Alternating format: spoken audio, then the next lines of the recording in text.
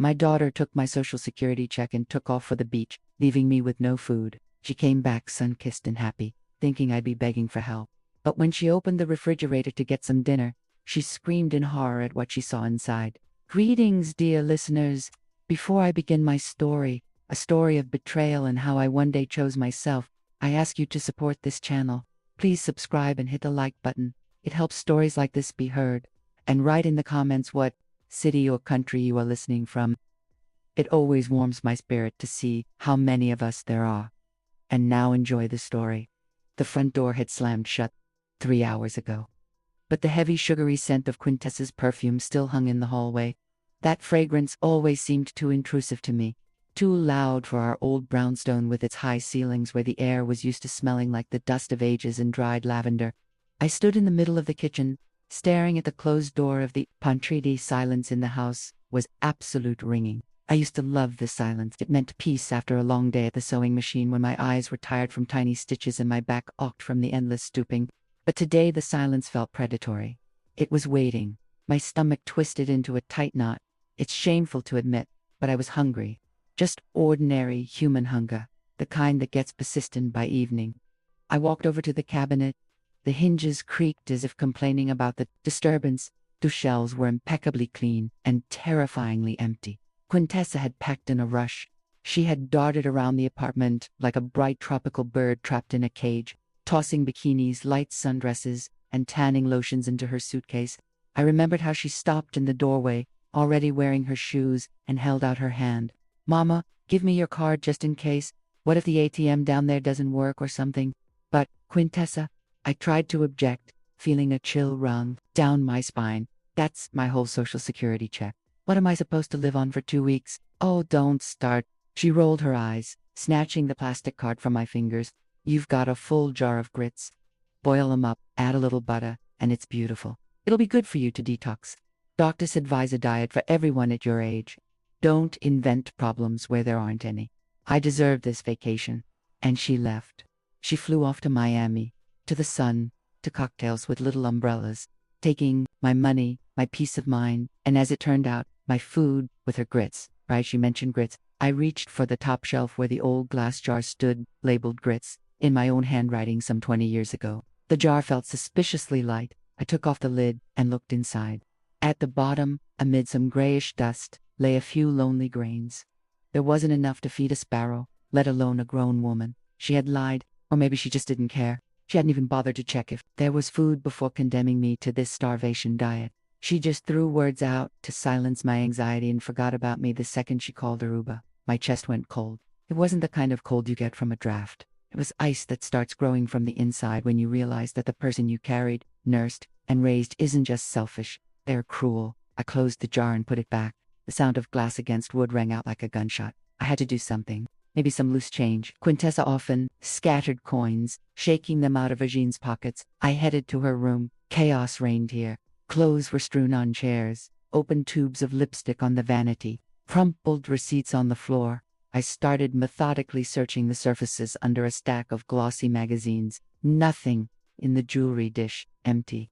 My gaze fell on a crumpled piece of paper carelessly thrown at the trash bin, but missing the mark. I bent down and picked it up. It was a printout of the hotel reservation and flight itinerary. I smoothed the sheet out on the tabletop. The letters danced before my eyes, but I saw the total figure immediately. It was bold, black, and merciless. The amount my daughter had spent on 2 weeks of beach relaxation was exactly equal to 3 months of my benefits. 3. I stood in the semi-darkness of her room, and it felt like the walls were closing in. For years, I had darned my old stockings. I had turned coats inside out to remake them. Coats I'd been wearing since before the turn of the century. I denied myself an extra peach to buy her the best shoes for school, then for college, then just because, Mama, this is what's in style now. I walked out of her room, pulling the door firmly shut behind me, as if cutting myself off from that smell of carelessness and betrayal. The living room met me with silent grandeur. I walked in. Here, in the light of the street lamps, filtering through the heavy velvet curtains, stood them, my treasures, my jailers, the antique oak buffet, carved and heavy as a tombstone. Inside, behind the glass, the crystal and fine Haviland Limoges porcelain gleamed dully. A service for 12, which we had eaten from maybe twice in our lives. This is for a Quintessa's wedding, I used to tell myself. The wedding never happened, but the china waited. On the dresser stood a silver tea service that had come down to me from my grandmother. Next to it, a jewelry box with pieces I never wore, because where would an old woman like me go in this? Let it stay for the grandchildren. In the hall closet hung fur coats, smelling of mothballs, which Quintessa contemptuously called dust collectors, but which were worth a fortune. I looked around my living room. This wasn't a home, it was a museum. The Quintessa Johnson Museum. And I wasn't the mistress of the house. I was the unpaid curator. A curator who shuffles around in worn-out slippers, wipes dust off the exhibits, and starves to death so that one day a visitor can come and take everything without even saying thank you. My stomach growled treacherously. Again, but now something else was mixed with the sound. Anger. No, anger is a hot feeling. This was clarity. Icy, crystal clear clarity. I walked over to the coffee table where a stack of old newspapers lay. Quintessa always scolded me for not throwing them out. Junk, trash, she would snort. But I knew that in the classified section there was something I needed. I had seen the ad a week ago, circled it in pencil just because, out of habit, never admitting the thought that I might need it. I sorted through the papers. There it was, the City Chronicle, the page with private ads. The red pencil circle was barely visible in the dim light, but I knew what it said. Mr. Alasdair Sterling. I buy antiques, porcelain, silver, rarities, honest appraisal, house coals. I looked at the telephone. Old Rotary Reliable Grits, you say? I whispered into the void. I picked up the receiver. The dial tone was long and steady. I started turning the dial, entering the number, digit after digit. Every turn of the dial took effort, as if I were cracking a safe where my own life had been locked away. It started ringing. 1, 2, 3. Hello? A male voice answered, slightly raspy but polite. Listening, I took a deep breath of air that smelled like the dust of my museum. Good evening. My voice sounded unexpectedly firm, even to myself. Is this Mr. Sterling? My name is Yuli. Do you buy sterling silver flotilla? I do. Professional interest appeared in his voice. What period are we talking about? I looked at the empty velvet case where the spoon should have been, then shifted my gaze to the buffet. Yes, early 20th century, I said. I want to sell it tomorrow. Mr. Sterling turned out to be punctual. At exactly 9 o'clock in the morning, the doorbell sliced through the silence of the brownstone, making me flinch. I hadn't slept all night, sitting in the armchair opposite the buffet like a sentry guarding treasures before surrendering them to the enemy. But the enemy was no longer poverty. The enemy was my own submissiveness. I opened the door. On the threshold stood a man of about 60 in a neat gray overcoat and wire-rimmed glasses. He looked intellectual, black, distinguished, but his eyes, keen, observant, betrayed a man used to appraising not just things, but people. Mrs. Julie, he asked, tilting his head slightly. I am Alasdair. We spoke yesterday. Come in. Don't take off your shoes. I stepped back, letting him inside. He walked into the living room, and I saw his gaze slide over the walls. The heavy furniture, the paintings. He had expected to see another grandmother with cheap trinkets, silver-plated knickknacks, and a hope to get at least a penny. But when he saw the furnishings, his eyebrows rose ever so slightly. You have an interesting home, he noted cautiously. This isn't a home, I replied dryly. It's a storage facility. I walked to the sideboard and took out the heavy case lined with worn velvet. The latch clicked. I threw back the lid. On the dark green lining lay 12 silver spoons. They were massive, with intricate engraving on the handles, the monograms of my great-grandparents intertwined with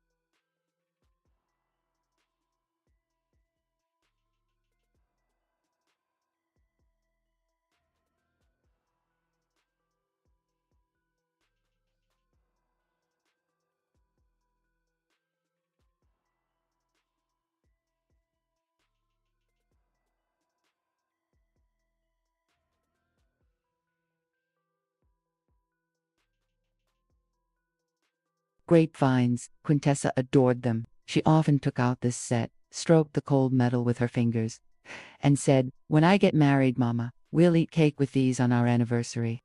This was her dowie, a dowry she hadn't even bothered to take with her, while leaving to burn through my money. Mr. Sterling put on white cotton gloves, took a loop from his pocket, and leaned over the table.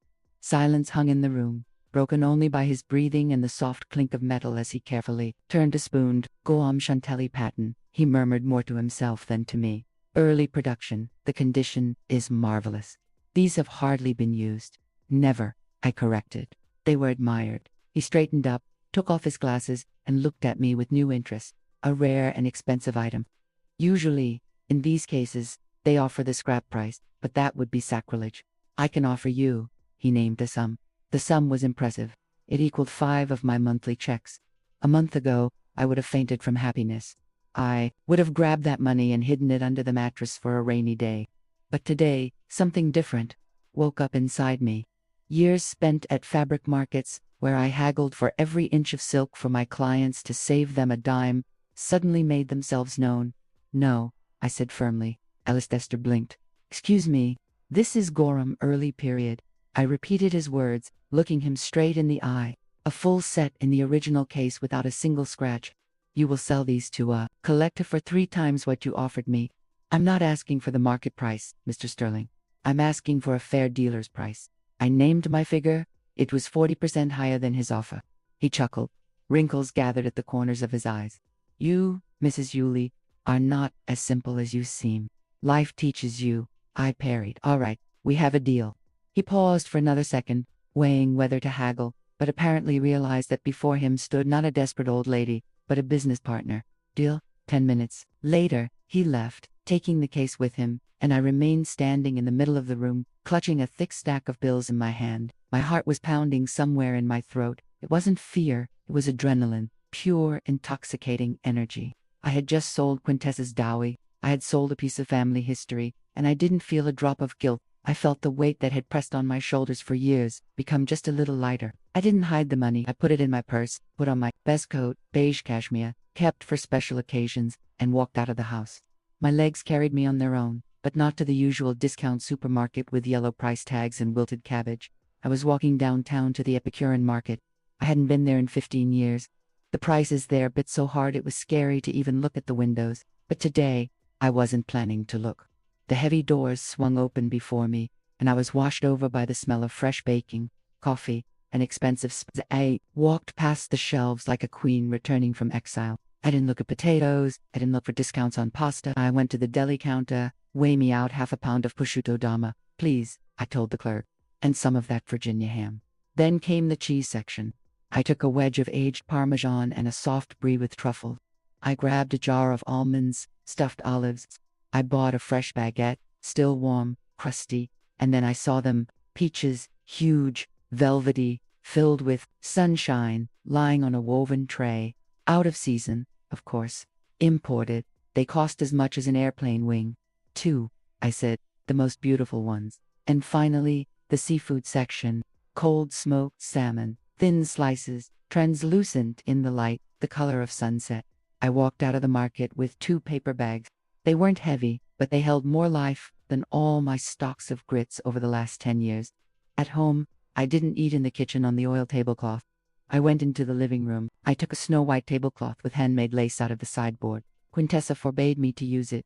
You'll stain it, Mama. That's for guests. Today I am the guest, I said aloud to the empty room. I spread the tablecloth, took out the best plate from that very service, thin porcelain with a gold rim. I laid out a silver fork. I still had forks. Knives and desert spoons were also plentiful.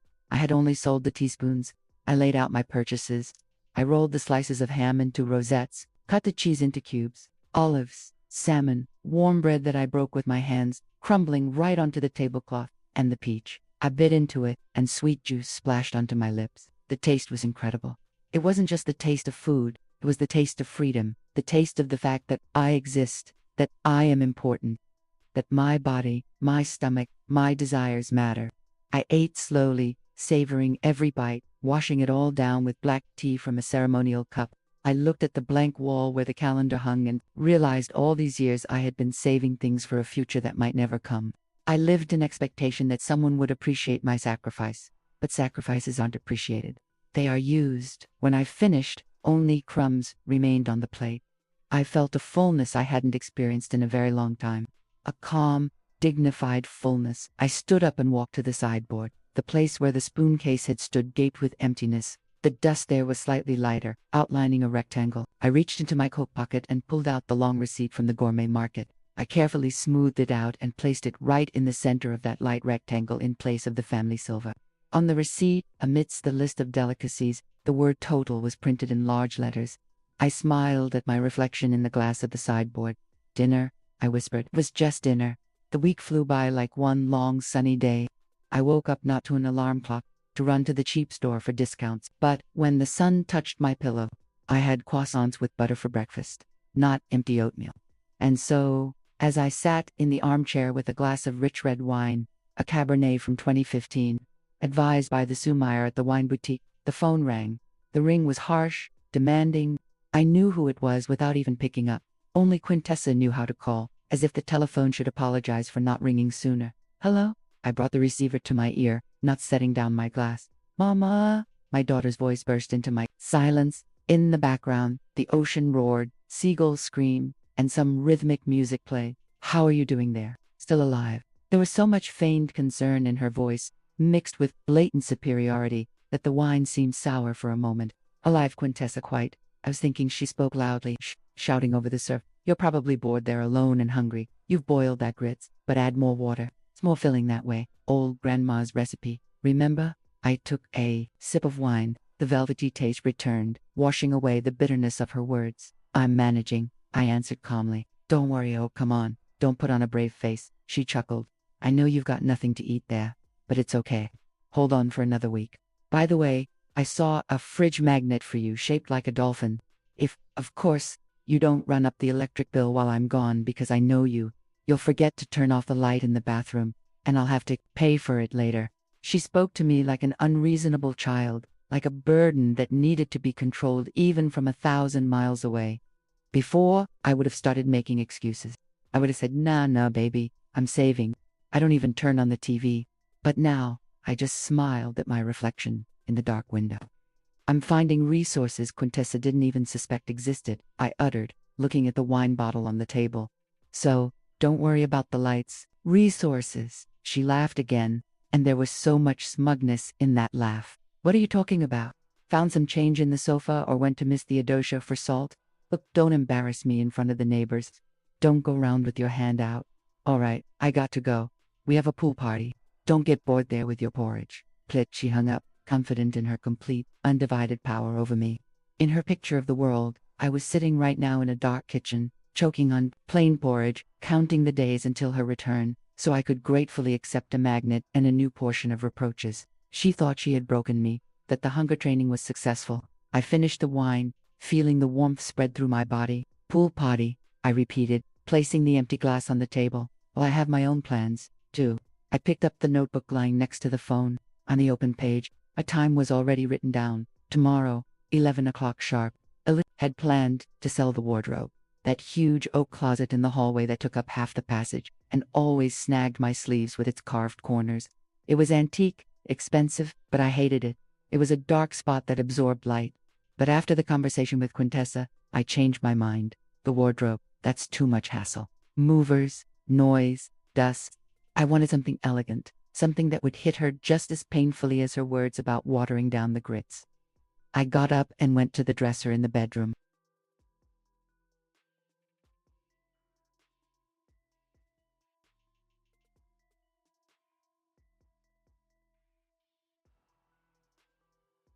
There, in the top drawer, lay another jewelry box, smaller. I opened it. On a velvet cushion lay a brooch, an antique gold piece in the shape of a twig with leaves studded with small diamonds and a large dark ruby in the center. This ruby burned like a drop of thick blood. Quintessa adored this brooch. She never asked for permission, just took it when she went on a date or an office party. Mama, it's vintage. It's all the rage right now, she would say, pinning the brooch to the lapel of her blazer. She considered this thing hers, just like the apartment, just like me. I took the brooch in my hands. The stone was cold, but quickly warmed up in my palm. I remembered how Quintessa once lost the clasp from it, and didn't even apologize. Well, fix it. You're a seamstress, she tossed out then, and I fixed it. Tomorrow, Mr. Sterling would come to appraise the wardrobe. but he wouldn't leave with it. In the morning, the antique dealer was precise as always. "Good morning," Mrs. Ulahi smiled, tipping his hat. Ready to part with the giant in the hallway, I shook my head, inviting him in. "I changed my mind about the wardrobe, Alistair. Changed my mind for now. Too much fuss. But I have something else, something more personal."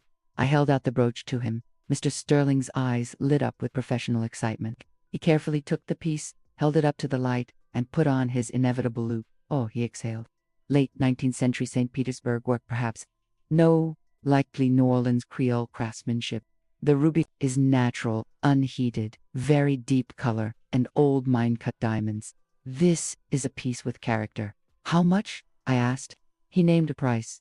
It was twice as high as for the spoons. It was money one could live on comfortably for 6 months, or treat oneself to 2 weeks of paradise. "It's yours," I said, not bargaining this time. The price was fair, and my desire to get rid of this thing was burning. When Alistair counted out the bills, I looked at the brooch one last time. It lay on the table, sparkling in a sunbeam. Beautiful, predatory, alien. "You know," Alistair said, putting the brooch into a special pouch, "this item surely has a history." "It does," I nodded, taking the money. "But the history has ended. Now it's just stone and metal." He left, and I was alone again. I looked at the spot in the jewelry box where the ruby used to lie. Emptiness. But this emptiness wasn't frightening. It promised new possibilities. I picked up the phone and dialed the number of a food delivery service from that very restaurant I always walked past, lowering my eyes so as not to see the prices on the menu displayed on the street.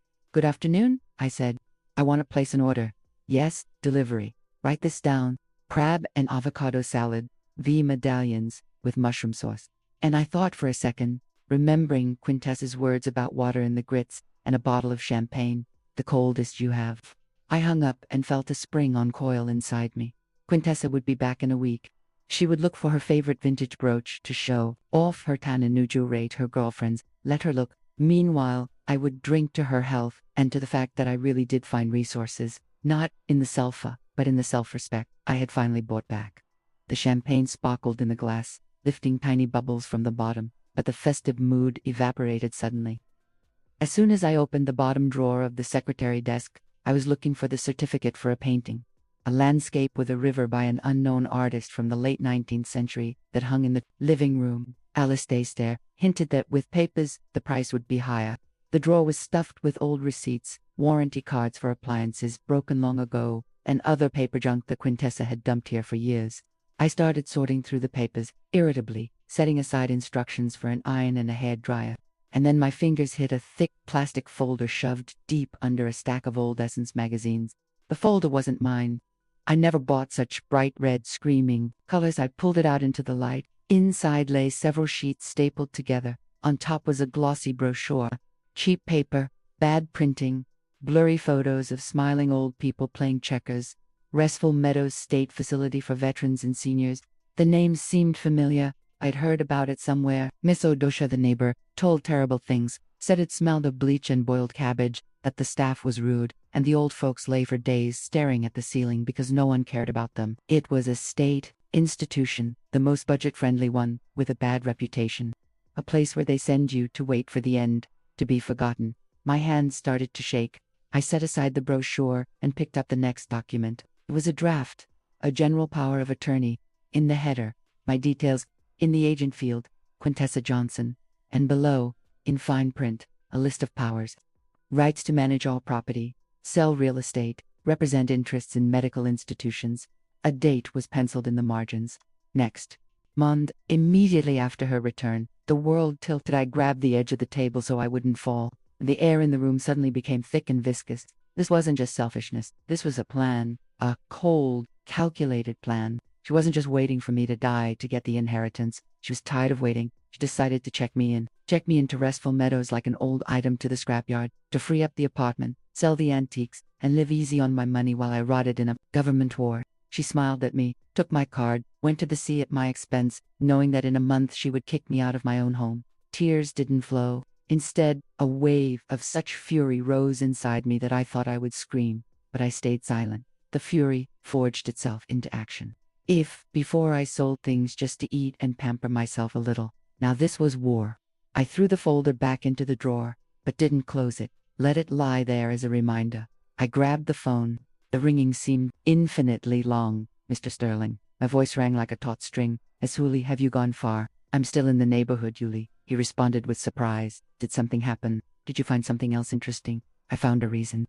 I cut him off. Come back and bring a truck. We're clearing everything out. Everything. Disbelief sounded in his voice. Mrs. Yuli, are you sure? That is a serious decision. Absolutely. I'm selling the painting, the clock, the rug, and that service in the buffet. Everything that has value. Come immediately.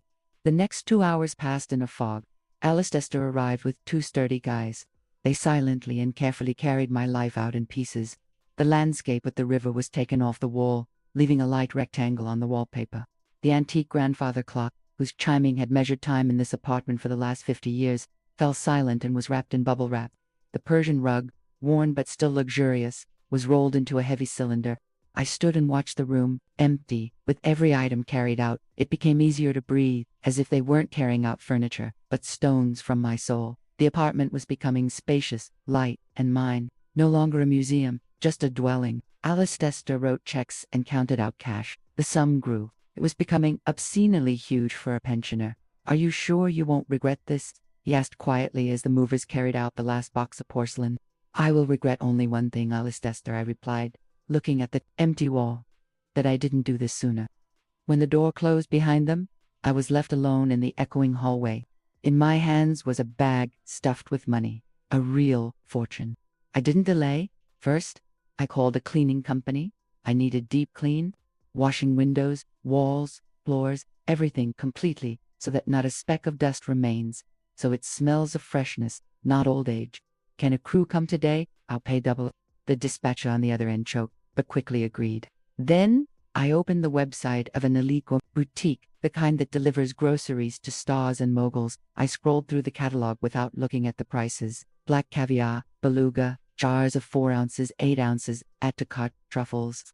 White seasonal, add to cart foie gras, whole duck liver, add to cart vintage champagne, Dom Perignon, exotic fruits, dragon fruit, mangoin, papaya, add to cart, cheeses, cured meats, handmade chocolate. I clicked and clicked until the order total exceeded the cost of my annual maintenance at that Restful Meadows nursing home. Delivery today, I told the operator, confirming the order as soon as possible. By evening, the apartment shone. The windows were crystal clear, letting in the setting sun, which now flooded the empty living room with golden light. It smelled of expensive cleaning products and lies. I ordered a huge bouquet just because for beauty. The courier rang the doorbell. He wasn't alone. There were 2 of them struggling to carry huge thermal boxers. We went into the kitchen. The refrigerator, an old, reliable Kelvinator that hummed like a tractor, stood in the corner. I threw open its door. Inside was empty and clean. Only a lonely bulb illuminated the white shelves. Load it up, I commanded. The couriers exchanged glances but started working. Blue tin jars of caviar stood in neat rows on the top shelf. Next to them lay blocks of golden butter and packages of truffles. The middle shelf filled with cheeses and meat delicacies. In the vegetable drawer, instead of the usual carrots and beets, bright alien fruits now showed off. Bottles of champagne lay on. Asked suspiciously, "Did you spill air freshener or something?" She took a step forward and suddenly stopped. The sound of her heels was too echoing. Wait. A note of confusion slipped into her voice. Why is it so spacious in here? She looked around. Her gaze slid over the floor where the heavy Persian rug, which always collected dust, was no longer looped. At the corner where grandfather's floor clock used to stand. Its ticking, driving her crazy in childhood. Now it was empty there. Just a clean, light wall. Mama, she called out, quieter now, but immediately shook her head, driving away the strange feeling of wrongness. Okay, we'll figure out later where you shoved everything again. I'm hungry as a wolf. They fed us some garbage on the plane. She dropped her purse right on the floor and marched decisively toward the kitchen. I didn't even turn around. I just took another sip of tea and placed the cup on the saucer. Clink. The sound was quiet, but distinct. Quintus walked into the kitchen. She was tanned to redness. Her nose was peeling. She was wearing a bright sundress with a floral print that looked alien in this strict, clean kitchen. So, what do we have? She asked aggressively, not really greeting me. I bet you didn't cook anything except your porridge.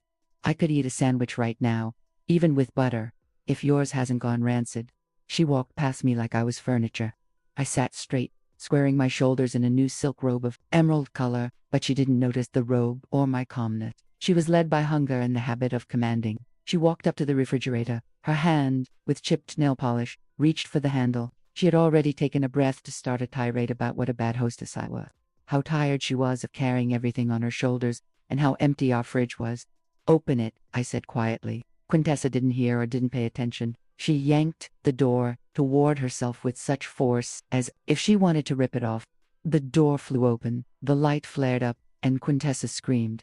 It wasn't a cry of pain. It was a yelp of pure animal terror and misunderstanding. She recoiled as if she saw the head of Medusa, the Gorgon inside.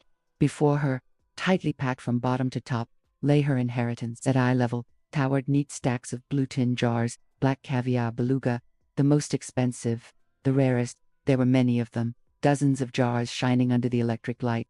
Lower down on the shelf where cabbage usually rotted lay misted bottles of Dom Perignon labels with vintage years, looked at her with silent reproach. Wheels of blue cheese wrapped in craft paper, truffles looking like precious stones in special glass flasks, bright pink sides of dragon fruit, yellow mangoes, purple mangoes stained. A riot of colors this kitchen had never seen. On the door, instead of ketchup and mayonnaise, crowded boxers of Belgian chocolates and jars of foie gras. The fridge was bursting. It groaned with abundance. It was a feast during a plague, but the plague was the poverty I had banished. Quintessa stood with her hands pressed to her mouth. Her eyes were wide open, shock splashing in them. She shifted her gaze from the caviar to the champagne, from the champagne to the truffles. Her brain refused to process the information. A poor pensioner, who was supposed to be boiling grits in water, could not have the refrigerator of an Arab sheikh. "What?"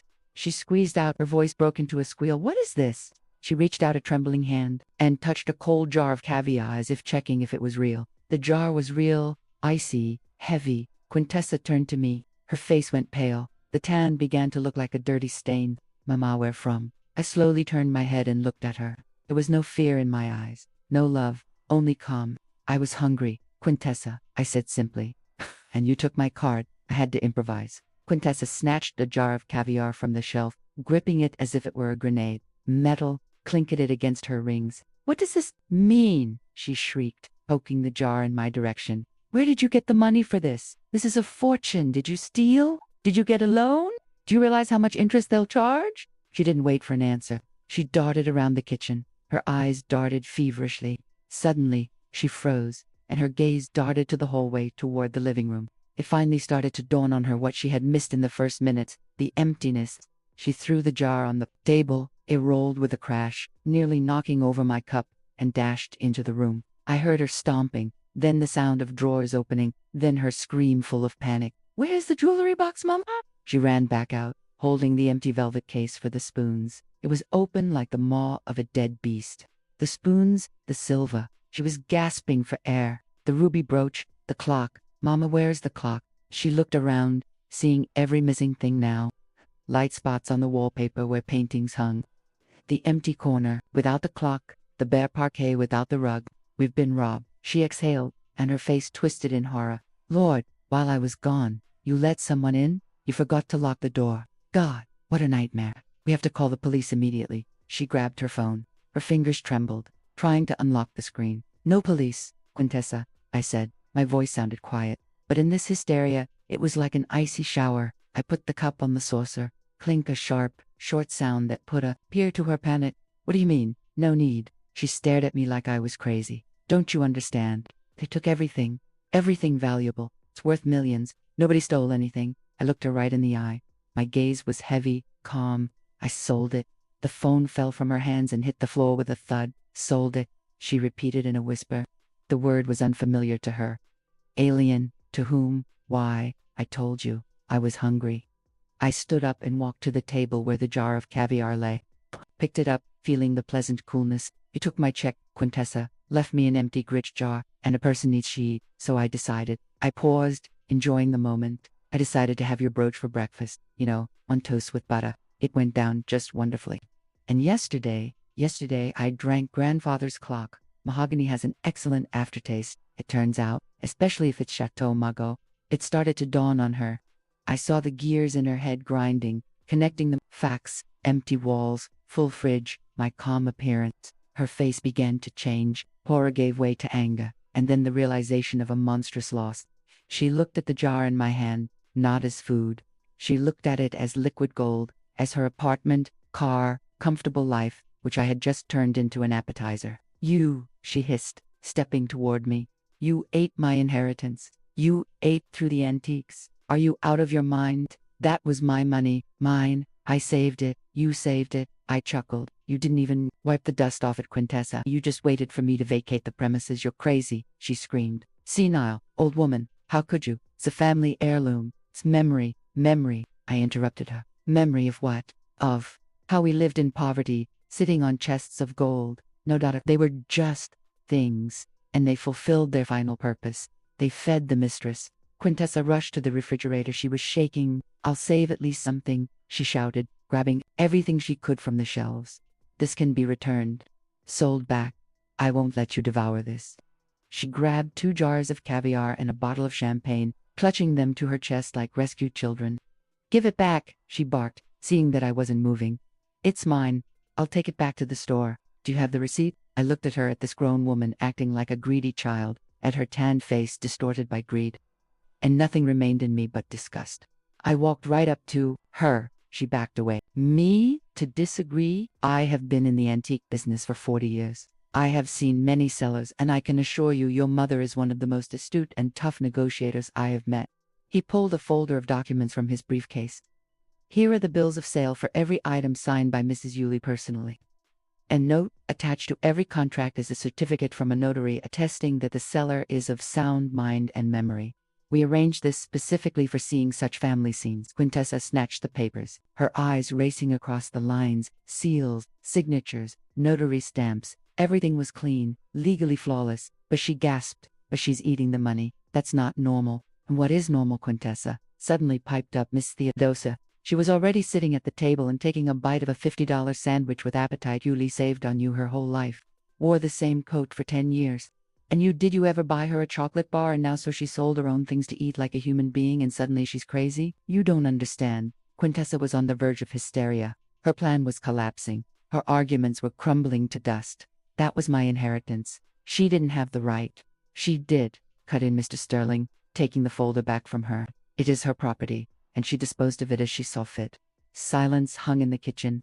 Quintessa stood in the middle of the room, red, sweaty, humiliated. Everyone was looking at her, me with icy calm, Alistair with professional indifference, Theodore judgingly chewing a sandwich. Quintessa realized she had lost the battle for the diagnosis. Calling doctors was pointless. The police even more so. Fine, she hissed, narrowing her eyes. Fine, you won this round. Mama ate everything. Good for you. But we still have to live. And when you run out of your delicacies, who will hand you a glass of water? Me. Don't count on it. I won't forgive you for this. I live here, and I will turn your life into hell. You'll regret not dying of hunger. She turned to Lee, to slam the door. She thought she had one last trump card left. Her presence, her youth, her ability to bully me in my own home. Stop, I said. I didn't raise my voice, but there was something in it that made her stop. I slowly pulled out the table drawer, the very one where I had moved the finds from her room. You are so worried about my future, Quintessa. About who will hand me a glass of water. About where I will live when I get really old. I took out the red brochure, Restful Meadows State Facility, and the draft of the power of attorney. Quintessa paused so abruptly it was as if all the blood had been drained from her. She recognized these papers. Where from? She whispered. I was looking for change, I said, standing up. Remember, you told me to look for loose change. I found this. I threw the brochure on the table. It slid across the smooth surface and stopped right in front of her. Smiling old people looked at her from cheap glossy paper. You planned to check me in there in a month. I said, it wasn't a question, it was a statement of fact. You wanted to sell the brownstone, take the money, and send me to die in a government ward, smelling of bleach. Miss Theodosia gasped, covering her mouth with her hand. Mr. Sterling frowned, looking at Quintessa with open disgust. Mama, that's not what you think. Quintessa began to babble, retreating toward the door. It's just in case. It's a good sanatorium. Shut up, I interrupted her.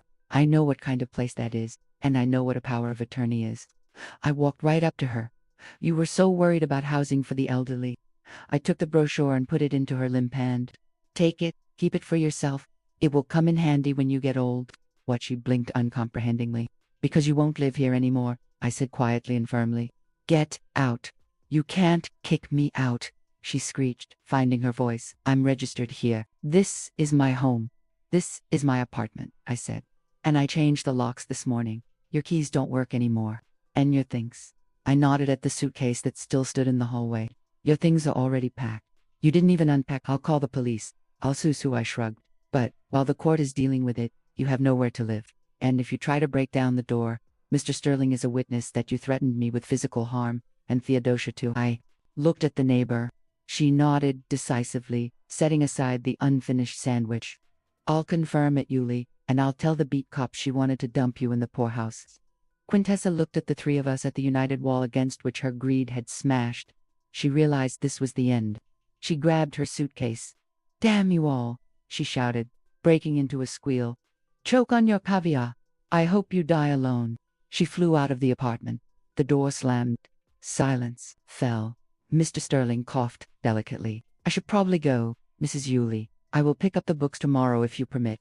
Today it seems you need to rest. Thank you, Elistester, I nodded. Come tomorrow. Vignay left, and Miss Theodosia, still gasping and lamenting, went to her place, finishing the sandwich on the go. I was left alone. I walked to the door and locked the deadbolt. Click, click. I leaned my forehead against the cool metal of the door. My heart beat steadily. My hands didn't tremble. I returned to the kitchen, picked up the jar of caviar Quintessa had tried to save. It was warm from her hands. I put it back in the fridge, on the shelf next to the champagne. Cold is tastier, I said aloud.